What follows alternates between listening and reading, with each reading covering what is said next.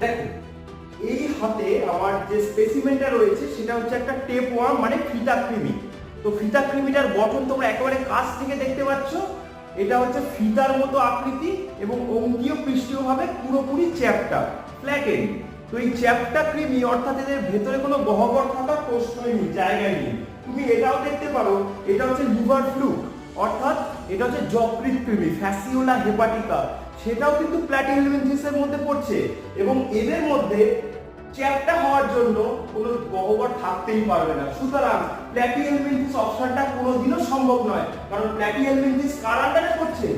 আসিলোমেট, মানে যাদের কোনো সিলোম থাকে না। পরিষ্কার একদম। তারপর চলে আসে সিউডো। এই সিউডো মানে হচ্ছে ফেক। এই ফেক কথাটার অর্থ কি? যারা হচ্ছে প্রকৃত নয়। যেমন আমাদের অনেক বন্ধু বান্ধব থাকে যারা আমাদের সামনে পুরো একদম ভালো বন্ধুত্ব দেখায়, মনে করি যে একদম